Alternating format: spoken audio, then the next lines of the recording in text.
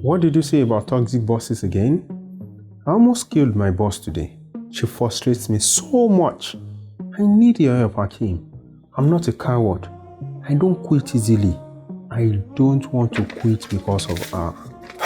If you are looking for a way to handle your difficult work situation, this toxic work environment, we'll be discussing tips to help you with that after this break.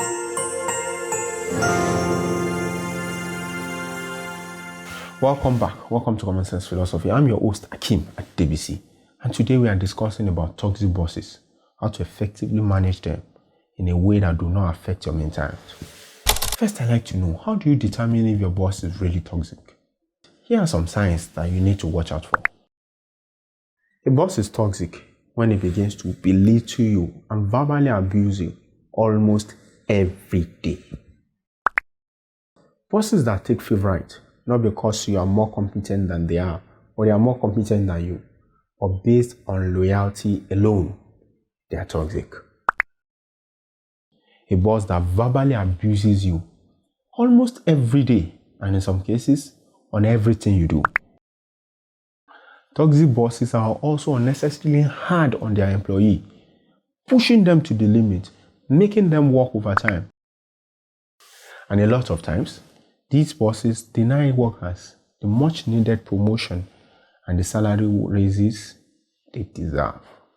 Before you take your next line of action, it's important you know exactly why these people are toxic. Here are 5 common reasons why these toxic managers are this way.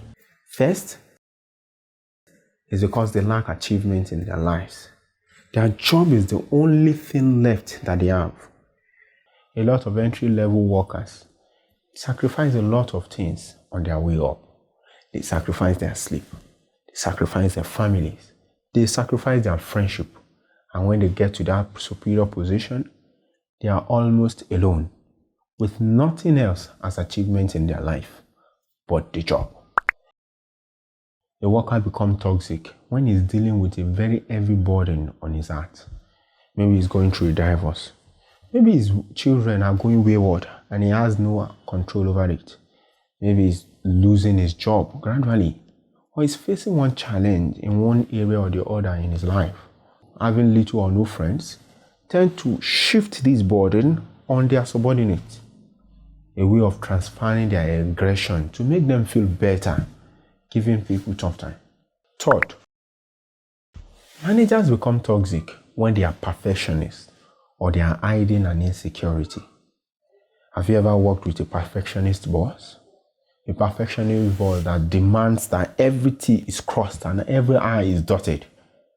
And every little mistake has to be rectified again and again and again. And even if you are to write a page letter of 200 words, he has to check it 10 times to be sure there are no spelling errors, no commas in the place of full stops, and the likes of it. Fourth, managers and supervisors are toxic when they have a combative personality. You have to understand that having a combative personality is part of what brought them to where they are. As an entry-level worker, a combative personality can be something to their advantage. They are combative. They are always looking for the next challenge. They are looking for the way to be better than the other employees in the workplace. Hence, they gain their promotion fast. But when they reach the top or a higher level office, their combative personality do not change to a cooperative dynamics. Hence, they are constantly going head to head with their lower level officers. This makes them very toxic. 5. A lot of young entrepreneurs are toxic bosses because they know that's the only income you have. You work 9 to 5 at their job and you have nothing else to do at home. You have nothing else bringing the income. So sometimes they push your button. They make you angry all in the name of testing you.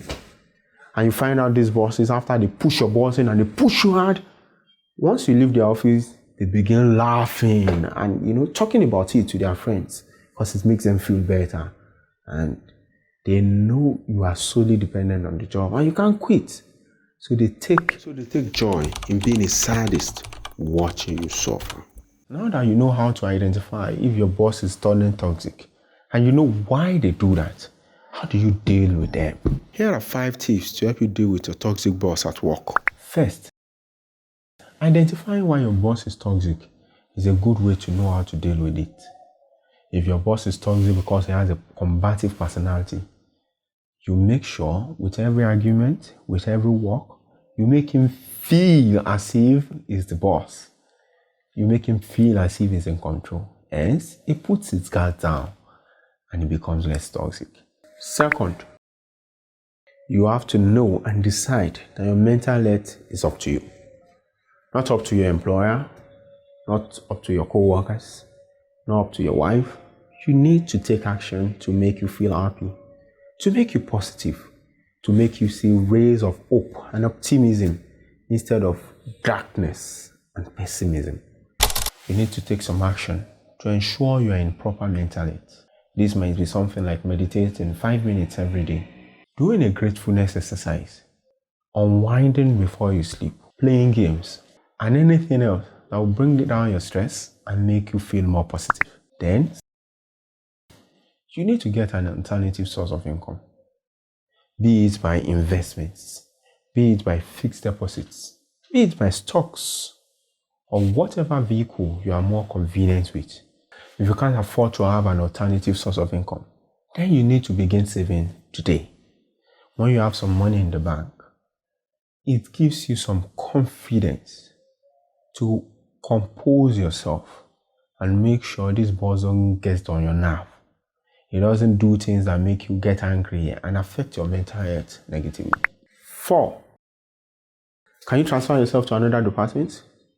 Can you report to someone else instead of this boss? Can you change jobs?